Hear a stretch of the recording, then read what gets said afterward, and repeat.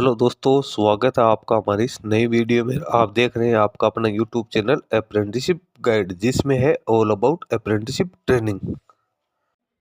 दोस्तों, central institute of mining and fuel research Dhanbad, जो कि council of scientific and industrial research, ministry of science and technology, government of India का एक enterprise है। इसके द्वारा टेक्नीशियन ग्रेड सेकंड के पदों के लिए ऑफिशियल नोटिफिकेशन नंबर 2/2026 है, वो इसकी ऑफिशियल वेबसाइट पे जारी कर दिया गया। हिंदी और इंग्लिश दोनों में ये नोटिफिकेशन जारी किया गया। तो आप इसको हिंदी में पढ़ना चाहो तो हिंदी में भी रीड आउट कर सकते हो, और हिंदी में पढ़ना इंग्लिश में रीड आउट करना चाहो तो इंग्लिश में भी रीड आउट कर सकते हो। इसकी ऑफिशियल वेबसाइट है www.cimfr.res.in।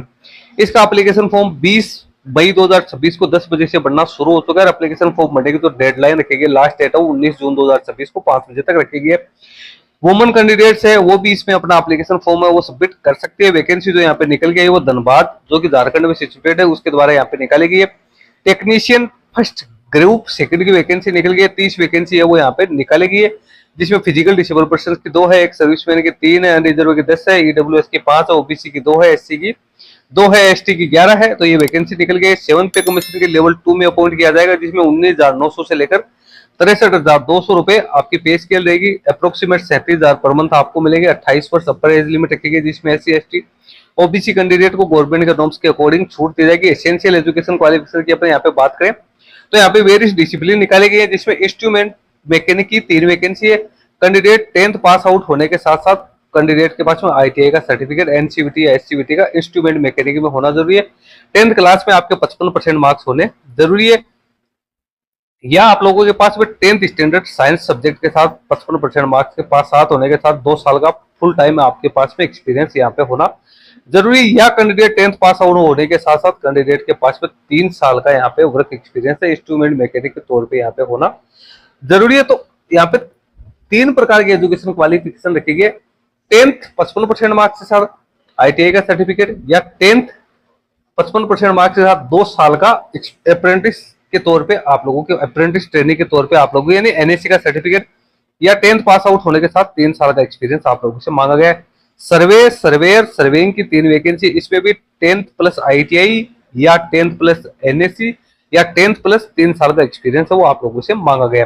फिटर की 5 वैकेंसी है, सेम ही एजुकेशन क्वालिफिकेशन रहेगी। वेल्डर है, इसकी 2 वैकेंसी है। कारपेंटर की 1 वैकेंसी है। इलेक्ट्रीशियन की 7 वैकेंसी है।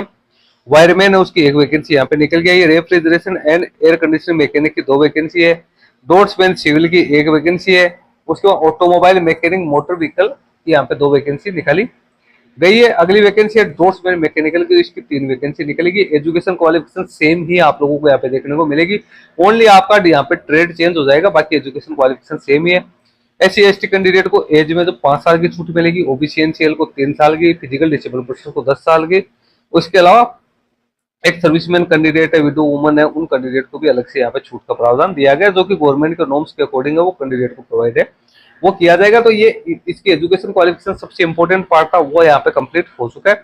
अब बेनिफिट्स आपको क्या मिलेंगे, तो कैंडिडेट को जो पे स्केल दे रखी है उसके अलावा कैंडिडेट को डीए मिलेगा, एचआरए मिलेगा, टीए मिलेगा, और जो भी अदर अलाउंसेज है, एनपीएस की स्कीम्स है, ग्रेजुटी है, पेंशन, वो सब आप लोगों को यहाँ पे मिलने वाली है। कैंडिडेट इंडिया का सिटीजन है वो यहाँ पे होना जरूरी है। परमानेंट रिक्रूटमेंट है वो यहाँ पे निकल के आई है। सिलेक्शन प्रोसेस की अपन बात करें तो कैंडिडेट का सिलेक्शन यहाँ पे है वो किस आधार पे होगा, तो यहाँ पे सबसे पहले तो कैंडिडेट है उनको ट्रेड टेस्ट के लिए कॉल किया जाएगा। उसके बाद में कैंडिडेट को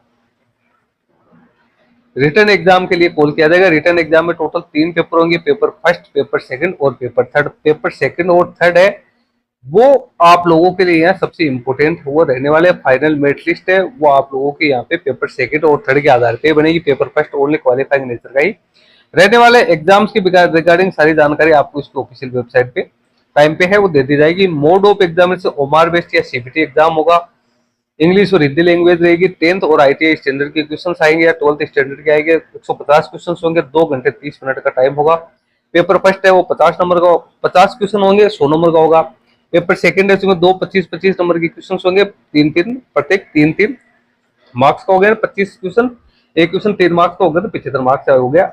नेगेटिव मार्किंग है वो भी यहाँ पे है आप लोगों को देखने को मिलेगी, 1/3 नेगेटिव मार्किंग वो देखने के लिए। पेपर थर्ड है वो कंसर्न सब्जेक्ट से जुड़ा हुआ होगा, जिसमें 50 क्वेश्चन होंगे, 150 मार्क्स का होगा। इसमें भी 1/3 नेगेटिव मार्किंग है वो आप लोगों के लिए रखी जाएगी।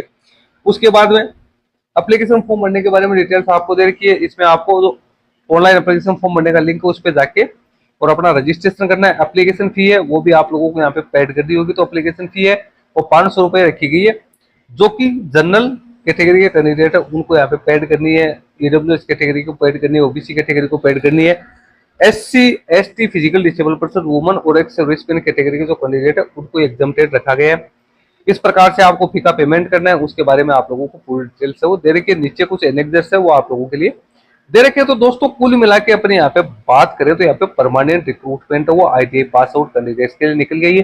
तो मेरा आप लोगों को स्पेशल एडवाइस रहेगी, यदि आप 10th पास आउट हो साइंस सब्जेक्ट के साथ, साइंस तो लगभग सभी के पास देखने को मिल जाएगी, यदि आपने आईटीआई कर रखी है रेलिवेंट डिसिप्लिन में, यदि आपके पास में 2 साल की अप्रेंटिसशिप कर रखी है या आपने 3 साल कहीं पे किसी कंपनी में काम किया है, तो उसका एक्सपीरियंस सर्टिफिकेट लगा के और आप इस परमानेंट रिक्रूटमेंट में पार्टिसिपेट वो कर सकते हैं। अभी इसका एप्लीकेशन फॉर्म भरने का जो लिंक है वो आपको नोटिफिकेशन में दिया हुआ है, इस पे आप जैसे ही क्लिक करोगे तो आपका एप्लीकेशन फॉर्म भरने का लिंक वो यहाँ पे ओपन हो जाएगा। मैं आपको यहाँ पे एक बार है वो चेक करके दिखा देता हूँ कि किस प्रकार से आप इस लिंक पे क्लिक करके और अपना एप्लीकेशन फॉर्म है वो सबमिट कर सकते हो, क्योंकि दोस्तों इसकी ऑफिशियल वेबसाइट पे वो लिंक नहीं दे रखा है। यहाँ पे आपको अप्लाई ऑनलाइन का एक ऑप्शन दिया है, इस पे जैसे ही क्लिक करोगे तो यहाँ पे ये डिटेल्स आप लोगों को देखने को मिल जाएगी।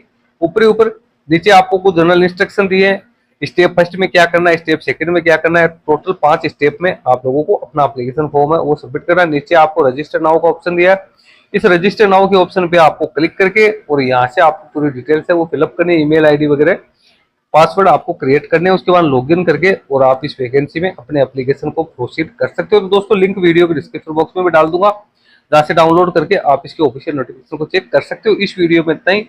वीडियो यदि आपको अच्छा लगे तो इसको लाइक शेयर करना, कोई क्वेरी है कोई क्वेश्चन है तो आप हमें कमेंट करके भी बता सकते हो। Thank you and bye bye.